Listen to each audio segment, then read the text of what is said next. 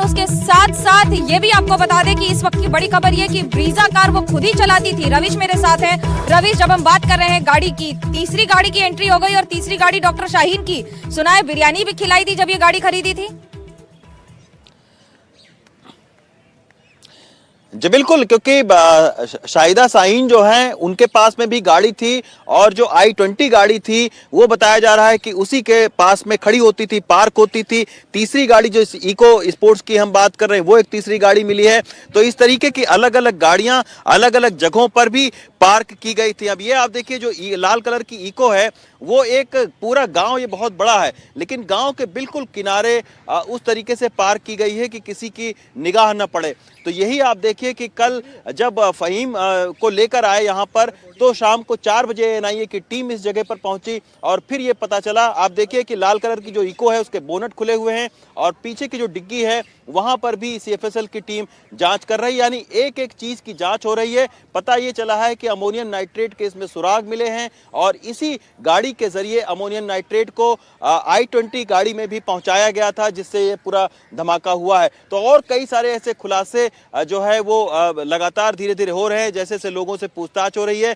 2 संदिग्ध को जो है वो हिरासत में लिया गया है, उनसे पूछताछ चल रही है। इसमें कल जब अल-फलाह यूनिवर्सिटी में 50 से ज्यादा लोगों से पूछताछ हुई, तब उसमें जो असिस्टेंट है इसका फहीम, इसके बारे में पता चला। और जब फहीम से सख्ती से बिल्कुल देखिए, और इस वक्त एक बड़ी खबर आ रही है। ये बड़ी खबर जो है इसी आतंकी साजिश से जुड़ी हुई है। आतंकी साजिश जिसमें i20 का इस्तेमाल किया गया धमाके के लिए, उसी i20 का इस्तेमाल किया गया अमोनियम नाइट्रेट के ट्रांसपोर्टेशन के लिए। यानी कि अमोनियम नाइट्रेट जब इस अल-फलाह यूनिवर्सिटी में बनाया जा रहा था तो उसको ट्रांसपोर्ट करने के लिए इसी i20 कार का इस्तेमाल किया गया। कार की फोरेंसिक जांच में अमोनियम नाइट्रेट के सुराग मिले हैं। इस वक्त की बड़ी खबर एनडीटीवी पर यह है कि दिल्ली धमाके से जुड़े हुए i20 कार में अमोनियम नाइट्रेट के सुराग मिले हैं और ये फोरेंसिक की जांच में मिले हैं। बुधवार शाम को 4 बजे के आसपास एनआईए की टीम कार तक पहुंची थी। खंदावली गांव में 2 लोगों को पूछताछ के लिए हिरासत में भी लिया गया था।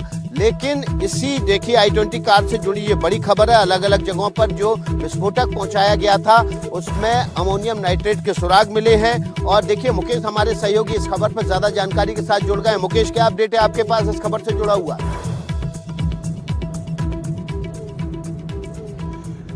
देखिए विकास, 2 बड़ी बातें हैं। एक तो ये कि जो ब्रीजा कार है जो डॉक्टर शाहीन के नाम है, वो कार यूनिवर्सिटी के अंदर ही खड़ी है, अल-फलाह यूनिवर्सिटी के अंदर। और जो हमें दिल्ली पुलिस के सूत्रों से जानकारी मिली है वो ये जानकारी मिली है, और बड़ी जानकारी है, कि ब्रीजा कार का इस्तेमाल आतंकी हमले के लिए होना था। यानी कि ब्रीजा कार के जरिए भी दिल्ली या एनसीआर में कहीं पर ब्लास्ट करना था। ये बड़ी जानकारी दिल्ली पुलिस सूत्रों से मिली है कि आतंकी हमले के लिए ब्रीजा कार का इस्तेमाल होना था। तो ब्रीजा कार शाहीन के नाम थी और शाहीन ने ये गाड़ी यूनिवर्सिटी के अंदर ही खड़ी की हुई थी। तो इस गाड़ी को भी ट्रैक कर लिया गया है, गाड़ी यूनिवर्सिटी के अंदर ही है।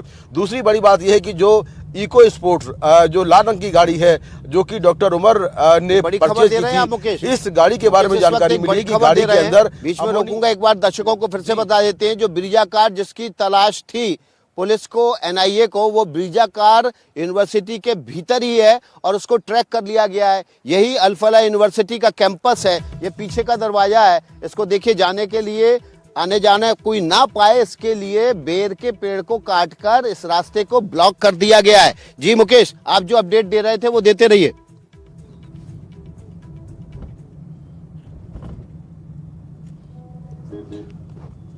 यहाँ क्यों जाए?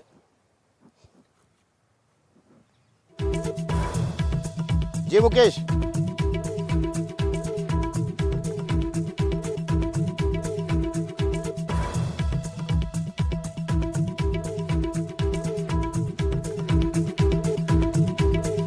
लगता है मुकेश से हमारा संपर्क नहीं हो पा रहा है, लेकिन आपको इस वक्त की बड़ी खबर बता दें कि जहां पर एक बार ब्रीजा की गाड़ी की बात हो रही है तो वहीं दूसरी ओर सीसीटीवी कैमरा सामने आया है, जिसमें धमाके के दिन दोपहर 2 बजे का वीडियो है और संसद से महज 3 किलोमीटर की दूरी पर है। इसी में डॉक्टर उमर को देखा गया है। डॉक्टर उमर का पूरा चेहरा दिख रहा है इसमें सीसीटीवी में, किस तरह से चलते हुए, रास्ते पर घूमते हुए, और उसके बाद गाड़ी में जब भी बैठा है तब मास्क लगाकर बैठा है। लेकिन ये वीडियो गाड़ी का भी है और दूसरा वीडियो कनॉट प्लेस का भी है, जिसमें से सिर्फ महज 3 किलोमीटर की दूरी पर है ये।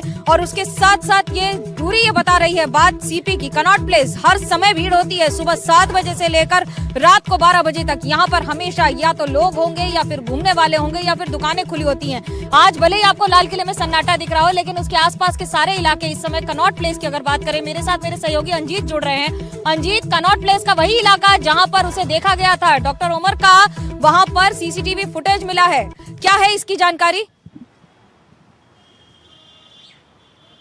देखिए मरुग्या, इसकी जानकारी ये है कि ठीक 2:05 और 57-58 सेकेंड पर वो I-20 कार यहां से गुजरती है। मैं आपको दिखाऊं कि यहीं से गुजरती है कनॉट प्लेस का वो इलाका जहां से ये सारी दुकानें, आपको जो दूसरी सीसीटीवी फुटेज आपके पास है जो स्क्रीन पे अगर चल रही होंगी तो आपको साफ साफ दिख जाएगा कि वो सारी दुकानें इसमें नजर आती हैं।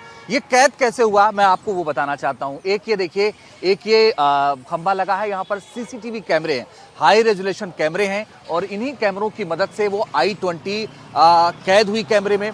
और आपको बता दें कि उसी I-20 में अमोनियम नाइट्रेट रखा हुआ था, यानी विस्फोटक पदार्थ उस I-20 में रखा हुआ था, जिस I-20 को लेकर के उमर नबी इस रास्ते से गुजरा था। यानी वो सीपी के जो ये पॉश इलाके हैं, जो भीड़ भाड़ वाला इलाका है, वहां पर लेकर के वो चक्कर काटता रहा और यहां से वो आता जाता रहा।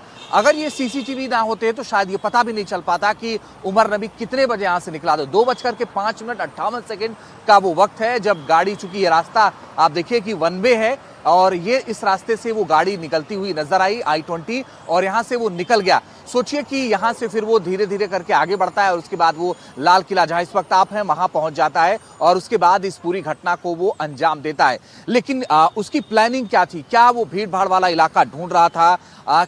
क्या उसके दिमाग में चल रहा था कि वो इस जैसे पॉश इलाके में, इस जैसे सीपी जैसे इलाके में वो गाड़ी लेकर के टहल रहा था? और मैं एक बार फिर से आपको दिखाऊं कि ये वो सीसीटीवी है जहां सीसीटीवी का जाल है। यहाँ पर 1, 2, 3 कैमरे यहाँ पर लगे हुए हैं, और अलग अलग जगहों पर अलग अलग कैमरे लगे हुए हैं, इसलिए वो तस्वीरें कैद हुई और ये पता चला कि I-20 जो कार है वो इस रास्ते से गुजरी, और उसमें विस्फोटक पदार्थ इतना ज़्यादा था कि सोचिए कि अगर वो ब्लास्ट कहीं भी चूंकि हो सकता था, वो ब्लास्ट यहाँ भी हो सकता था। सीपी में एक बार ब्लास्ट हुआ था, आपको याद होगा, बहुत पहले की बात है, बहुत सालों पहले, दशकों पहले की बात है, और इस रास्ते से वो करके वो गुजरा। तो उसकी प्लानिंग जो थी वो बहुत बड़ी थी। आपको रोक रही हूं मैं 1 मिनट के लिए, क्योंकि इस वक्त की बड़ी खबर आ रही है कि गृह मंत्री के आवास पर बैठक हो रही है। गृह मंत्री अमित शाह के आवास पर बैठक हो रही है। गृह मंत्रालय के अधिकारी और उनके साथ साथ खुफिया विभाग के अधिकारी लगभग सभी मौजूद हैं। इस बैठक में आगे की रणनीति पर विचार होगा, लेकिन अभी तक की जो गिरफ्तारियां हुई हैं, जो लगातार रेड्स हो रही हैं, उस पर भी अपडेट होगी। विकास मेरे सहयोगी जुड़े हुए हैं। विकास, क्या है अपडेट? क्योंकि गृह मंत्री लगातार पहले दिन भी मौके पर पहुंचे थे, कल प्रधानमंत्री के साथ जब कैबिनेट हुई है,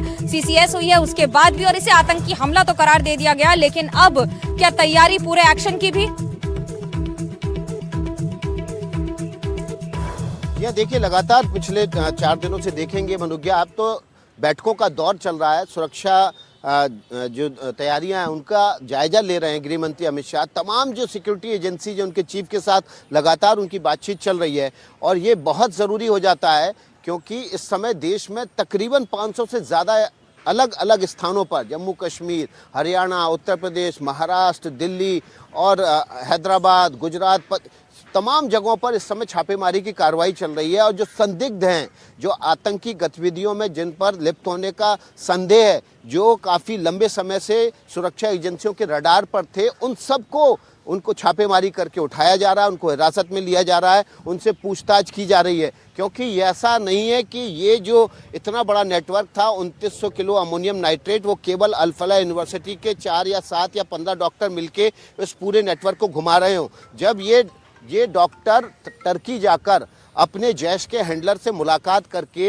इस नेटवर्क को बड़ा विस्तार दे सकते हैं, तो इनके कनेक्शन और भी राज्यों में हो सकते हैं, और उसी को खंगालने के लिए ये लगातार छापेमारी का दौर चल रहा है। और उस पर बारीक नज़र रखने के लिए ऐसे कई मल्टीपल केसेस हैं जिन पर सिक्योरिटी एजेंसी एक साथ पैरेलली काम कर रही हैं। उन सब का अपडेट लेने के लिए, उन पर कार्रवाई पर नज़र रखने के लिए, उन पर हो रहे एक्शन पर नज़र रखने के लिए लगातार गृह मंत्री अमित शाह इन बैठकों को कर रहे हैं, और इन बैठकों के जरिए वो निर्देश भी दे रहे हैं, आदेश भी दे रहे हैं, और ज़रूरी होने पर एक्शन के भी आदेश सरकार की तरफ से दिए जा बिल्कुल सकते हैं। विकास, किसी को बख्शा नहीं जाएगा क्योंकि मनोज, ये तो संदेश दे दिया गया है, क्योंकि गिरफ्तारियों का दौर जारी है, भले ही अल फलाह यूनिवर्सिटी हो या फिर आसपास के इलाके